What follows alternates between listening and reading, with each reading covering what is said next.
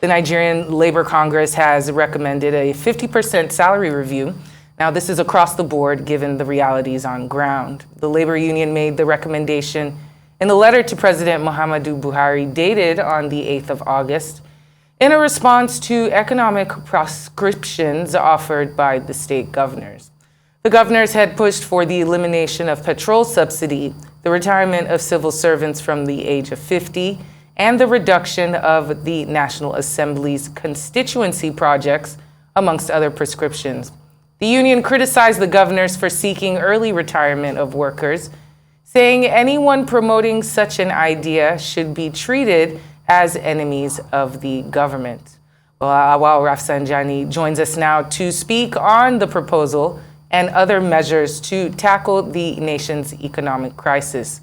Good afternoon, Auwal. Thank you for joining us this afternoon on Newsday. Good afternoon. Well, what do you make of the NLC's demands? Nigerian Labour Congress, NLC, I think the demand they made is very apt, very realistic, and in tandem with the reality in the country, particularly responding to the proposal put forward by governors, which we believe that it is simply a catastrophe, because the governors in the last 7 years, they should have come with a more realistic, more concrete, reduction of cost of governance, waste, public looting, and suggest ways in which we can enhance our economy by bringing in ideas that will revitalize our factories, industries, and also generate more income for the nation. Now, to come and say you want to 50-year and above old civil servant to go is not the solution.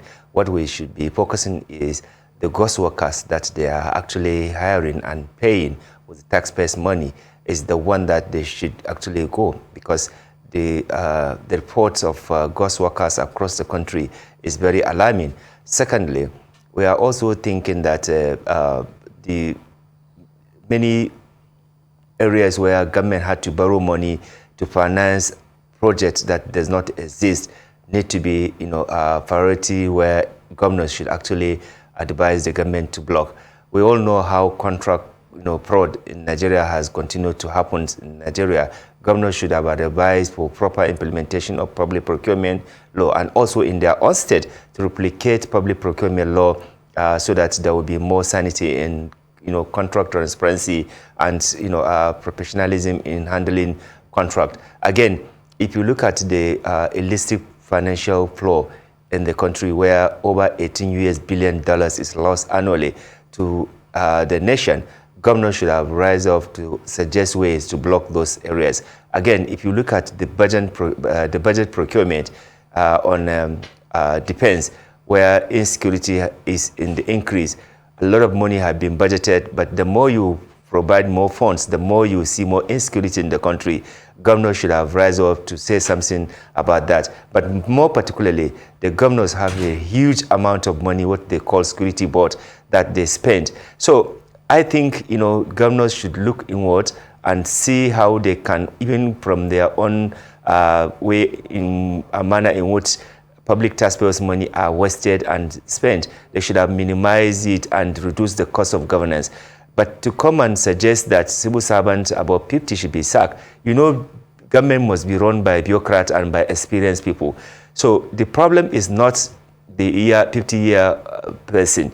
It is the problem of ghost workers and those people who sometimes politicians are bringing to occupy places where merit does not even meet there. So we will rather suggest to the governors to think more productively, more positively on how to regenerate income in the country, improve on the economy, so that once Nigerians are gainfully employed, they can be able to pay tax and we can be able to use the tax for the development. But as it is now, this proposal, it is simply a calling for more hardship on families that are barely surviving with a meager salary. 30,000 minimum wage, not all the states are even paying. So you want to sack those people who are languishing in already abject poverty and then increase the burden in the society. I think it is not a best suggestion they should put forward.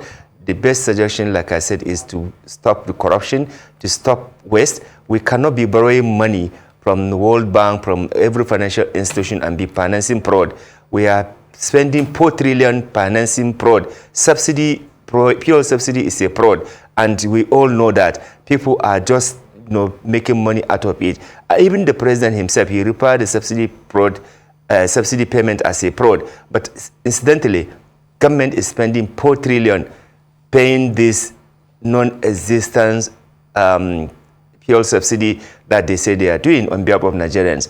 I think governors should come very clear and suggest tangible ways that they can help to rescue the society, rescue the economy, make the economy to be productive, proactive, and be able to industrialize and get Nigerian workers to have decency in the pay and also earning. We cannot be paying people 30,000 minimum wage when in actual sense, the expenses, average expenses for any family head in a month is far more than that. In fact, even within 1 week, 30,000 naira in reality, in the current reality of Nigeria, 30,000 naira is not anywhere to go.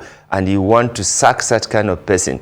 Definitely, we are calling for more social problems in society if that implementation or that proposal is implemented. So therefore, we are of the opinion that governors, even though they're supposed to have brought ideas 7 years ago that can help move the country forward in terms of socio-economic development, in terms of re-engineering the economy so that the economy can actually be enhanced, be productive, and more people can get jobs to do, and also block the leakages where corruption and corrupt people are siphoning public taxpayers' money. For example, a lot of National Assembly members are running some constituency projects that we had to borrow money to finance those constituency projects. Some of those constituency projects, to be honest to you, there's no alignment between the local government or the state government while those projects be started. So permit me to interject at this point the project and try to spread the discussion, because looking at it closely, the NLC and the federal government, or maybe you want to say in this case the state government, or probably the government here in Nigeria, are two cross ends. Where is that meeting point? Because when you read through what the government, what the state governments are proposing, you can understand where they are coming from. Realistically, implementing that is a different ball game. But where can we meet? Where can we have a meeting point, a consensus item of some sort that can help the economy? Because throwing to the air or peppering to the NLC will still leave us where we are. Going for what the governors are saying might still not work. Where do we find the middle ground to ensure that people are not entirely happy, but people can live with the decisions, and at the same time we grow the economy? I think it is very clear, it's very simple. If we all are serious about, putting back the economy is terribly in a very bad, angle. It's in shambles. You cannot perpetually be borrowing to finance non-existing projects. These are the areas that if government can stop financing those non-existing projects or project that has no economic value or it has no any effect in terms of social lives of Nigerians. Why can't we, for example, make our university to work again? They also are talking about, revitalizing university, because if there's no university system, if there's no sound education, the country cannot move forward. But some people they will rather, condemn ASU and then at the same time steal more than what ASU is asking to revitalize our university. So let the governors be open and be honest for conversation so that we can actually dialogue on how we can move this country forward. And I think there are many opportunities to do that. Let's reduce waste. Let's reduce duplication. Let's reduce outright, in fact, eliminate outright stealing of public funds. Some people have stolen billions. Now we are having a plea bargain for them to return maybe probably 30%, and then 70% is their legitimate stolen money. This cannot continue the way it is now. So I believe that the NLC has done a lot of home research to be able to come up with the position they have come. The governors, some of them, I believe that if they also sit down and look inward, they would have done a lot to minimize waste that happens in their state. Why do we need to have 30, 40 convoy? It doesn't happen anywhere in the world. It's only in Nigeria. You are wasting public taxpayers' money.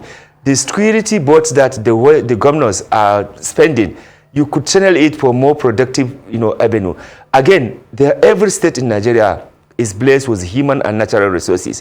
Why can't the governors also harness effort to actually explore more, solution by expanding the economic activity in their state? Many factories and industries in many states have all died, have all collapsed because of the poor infrastructure and, of course, the security. Because if there's no security, investors, local and international investors, will not be in a place. So let the governors make their state conducive, attractive, security-wise also protected, so that more people can come and do business activities in their state. With that, we will be able to generate a lot of money, and they will be able to pay workers in their state. Auwal Rafsanjani, Executive Director, Civil Society Legislative Advocacy Center, thank you so much for joining us on Newsday.